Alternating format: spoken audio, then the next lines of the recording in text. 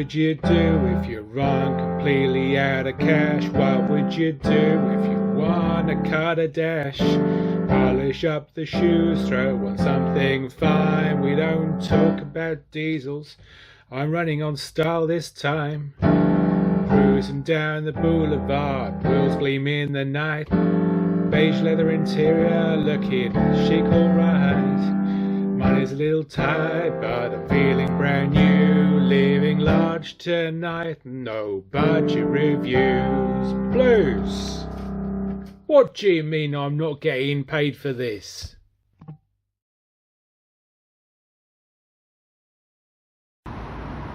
Well, viewers, been waiting to do one of these for quite some time. I last drove one of these in 2018. This is a 2002 Mark 5 Ford Fiesta. It's a 1.25 Freestyle model. This dates from the last year of production. They were discontinued later on in 2002 in favour of the Mark 6. It's actually a very, very heavily reworked Mark 3, obviously via the Mark 4, although it does look quite different. The chassis was fundamentally re-engineered in 1995 for the Mark 4, and a lot of places around the world this would be also called a Mark 4, but over here we call it a Mark 5. They were introduced in 1999. Bizarrely, this car I think has a standard headlamp and an aftermarket one. You can sort of see they are a little bit different unless I'm wrong. I don't quite know about that. They've both got Ford logos on them, so maybe they are normal. Freestyle was one of many special editions towards the end. They all started with that. I think the other one was a Flight, and the Finesse. This has Mark 6 Fiesta wheels on it actually. They look quite good They look quite good really. They were 5-spoke alloys, but they were smaller than this originally on this car. The other thing that's been changed on it is the interior, which is off a, I think called the Black Edition or something. It's also a Mark 5 Special Edition. It's not actually that well equipped in many ways. We've not got air conditioning and we've not got electric mirrors, so we can't see the famous Mark 5 Fiesta mirror switch that was in everything, including Jaguars and things like that too.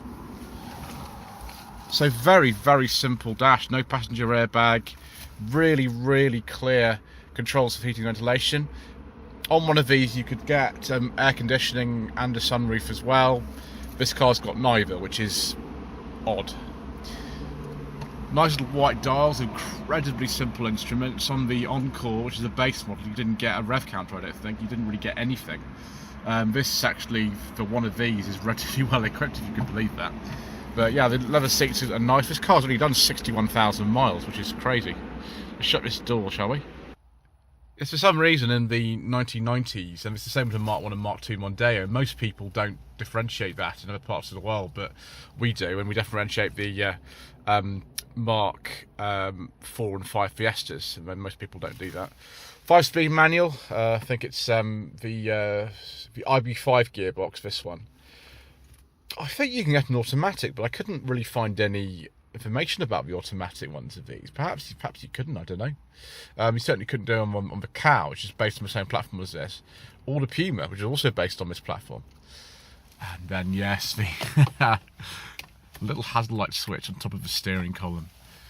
These switches, I think they're off something like a Mark 5 Escort or something like that. These indicator wiper switches, something like that. I think that's actually internal boot release. I don't remember them on one of these, but perhaps that's one of them here. So we'll see if that works, but it might not do. I don't know. It's an old car, this. Yeah, it does feel like a 1980s car in terms of the size of the windows and things like that, and the pillars at the back. Obviously, you know, if you are familiar with Mark 3 Fiestas, I've driven one of those, then, you know, the interior feeling is similar. The dash is completely different, of course. But it does feel similar. Perhaps these are Mark 3 Fiesta stalks. I don't remember now. I like this bit of silver and things like that that's in here. Dash is just hard plastic. The curvy bits are quite nice. I mean, this is the same dash really as a Mark 4. So, you know, it is, I suppose, reasonably contemporary for the time. But yeah, this was quite an old car by 2002. I'm not surprised that when the Mark 6 came in, it felt quite different from this. Although the engine actually is very similar to one used in the Mark 6. Anyway, I'll come back and look at maybe the glove box and things a bit later. Let's have a look in the boot, shall we, first? Right, viewers, predictably that boot release didn't work, so we're going to have to use the key like a peasant. Come on. Oh, there we go. There's not really much to say in here. I've actually got twin boot lights, but one of them doesn't work, and you'd think that perhaps the spare wheel is under here, but it's not. The spare wheel is not under here. That's just a carpet. Actually, the boot floor in this car is actually pretty good. It's one of the things you've got to check for. It's actually in like a cradle thing right underneath the floor of the car. So it's like an old 205 or something like that. You've got to be a bit careful that someone doesn't take your wheel. But there we go. Make sure you kind of don't leave the key. And look at this old Ford key like this. That will bring back many memories for some of you. Don't leave that in there. So we go down this side. See if my supervision documents fit in here. Well, why not? Let's have a look and see if they do. Let's see.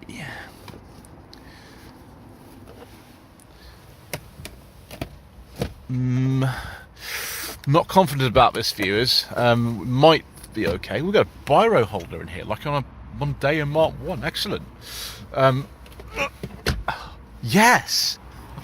Excellent. I mean, the door bins aren't massive on this or anything. I'm quite impressed so far, viewers. I mean, it's the sort of thing where, like, this car's got everything you need and nothing that you don't.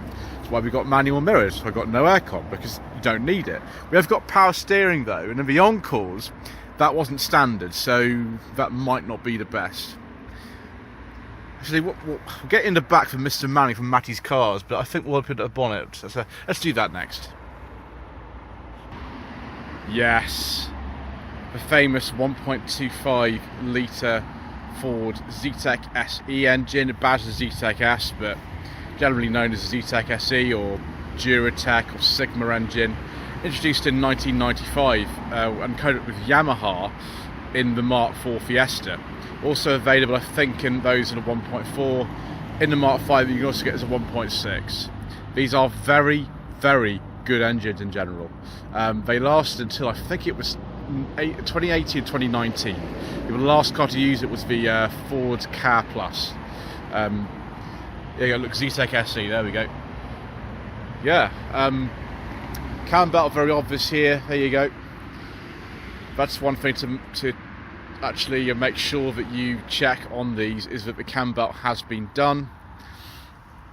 Other than that, DIY maintenance not very hard at all. You can sort of see most things in here, and that probably sort of shows just the age of the overall fundamental design of the car, dating back to '89 was when the Mark III was launched, and this is a very, very heavily updated one of those. Right, I can't put this off any longer, viewers. We're going to have to get in the back, because Mr. Manning from the Matty's Cars channel dictates that I must do this in every 2 or 3 door car that I test. Particularly as we're in North West today and we're not too far from where he lives. Mr. Manning, this one's for you. Right, viewers, I've been told we need to go on this side. Wow, that's old fashioned, isn't it? Crazy. Okay, well, the seat belt's on little bars like that, which is normal, I suppose. I've got on the back of many of these in my time. Okay, let's see how it's. Well, it's okay. Yeah, the headroom's just about all right. If my passenger's very kind, they can move the seat forward for me a bit, but it's okay. It's not too bad. Even the monkey's happy. And of course Churchill's here, sort of looking out the back. Yeah, not too bad. It's just, this is what it was like in the sort of late 90s and early 2000s when I was a lot younger and I was travelling in my friends' cars. You know, a lot of them, obviously, they wouldn't have been as new as this. I don't think anybody would have had enough money to buy a brand new Fiesta in 2002, but certainly there were Mark IIIs around and things like that. Even Mark IIs were very popular, and this is the sort of thing you used to do because you're young and you're crazy. Sort of, pile in the back of one of these and go to wherever you went. Yeah. So certainly very nostalgic, comfortable enough, and look at the way the seatbelt comes out of there. Wow. It's fantastic. Do we actually have an ashtray in here or something like that? No, we don't. That's what I was expecting. No rear head restraints, no armrests, nothing. But what more is it that you need in life in your Mark V Fiesta? Not a lot, really, although I would prefer a gear, because I'm that sort of person that is. Anyway, let's go out for a spin, shall we?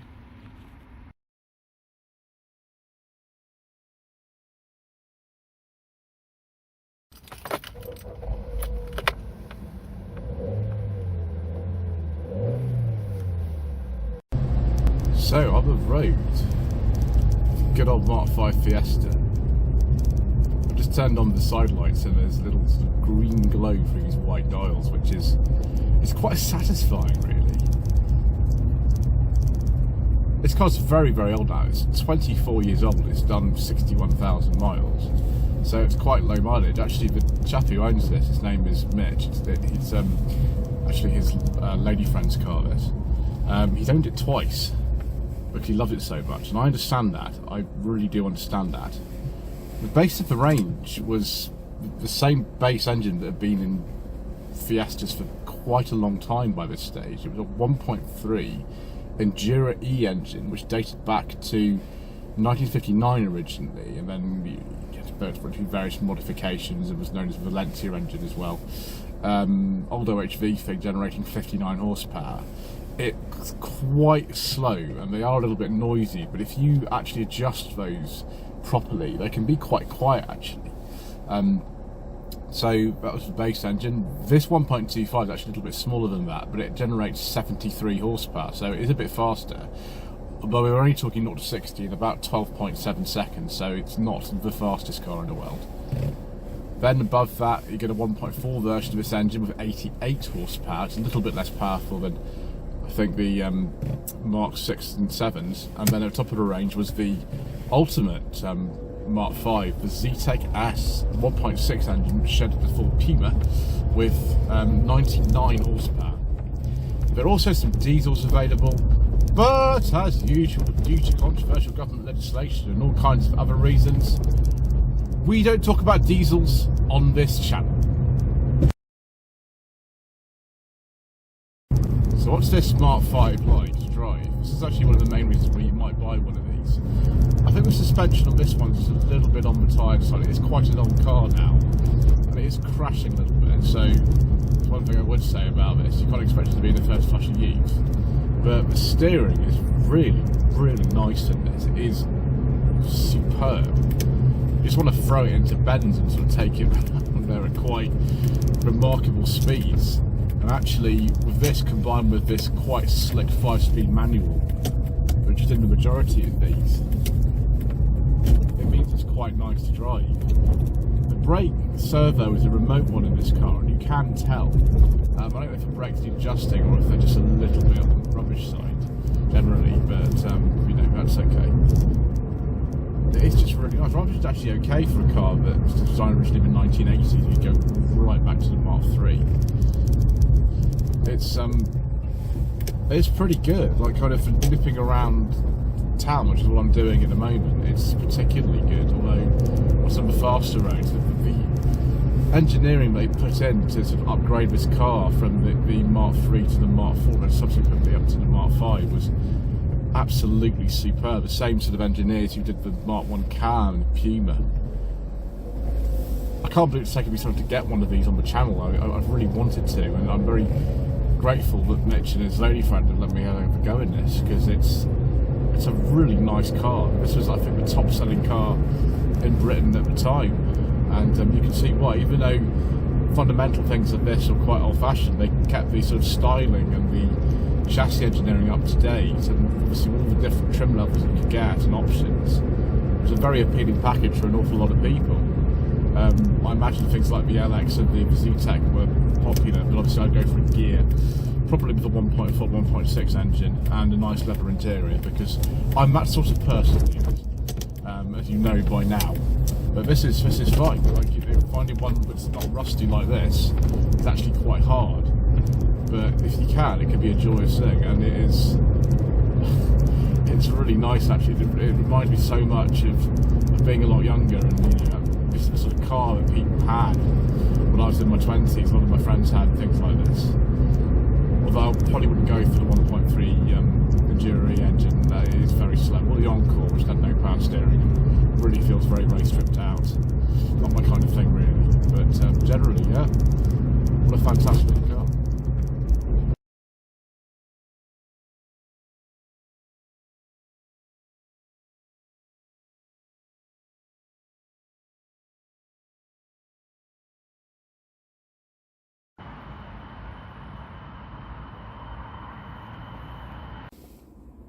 Let's now look at some Mark V Fiesta trim levels viewers. So the more basic ones are things like the Encore and the LX. There's also a Z-Tech that was a little bit like the Z-Tech S, a little bit sporty, but not that sporty. But we're more interested in things like the gear, which is nice. You get, I think, with a 1.25, 1.4 or 1.6 engine. Then we have the Flight, Freestyle, the Finesse and Fun, which seem to be special editions towards the end of the car's life. There's also a black edition, which is what these seats are from. So viewers, should you consider a Mark V Ford Fiesta for your hard-earned budget up to £1,000? I don't see why not. There's actually still quite a few of these left. I mean, Ross is the biggest killer to these. This car is actually quite good. There's a little bit on one of the arches, but it's nothing but serious, really. They're quite nice to drive. They do feel quite old-fashioned and quite lightweight. I wouldn't really want to have a big accident in something like this. It probably wouldn't go very well for you. But as long as you're aware of that, I mean, I own a car that's far less safe than this, the old Sunny that I have. It's actually got an airbag in it, this one, for a start. As long as you're aware of things like that, then I don't see why you shouldn't buy one. You've got to be aware of sort of maintenance and things like that. But you know, they're very, very easy to work on, these cars. And there's a reason why we sold so many of them when they were new. Anyway, thank you ever so much indeed once again for watching. Please don't forget to subscribe to our channel, like this video, comment below, and we shall see you again soon for some more inexpensive motoring.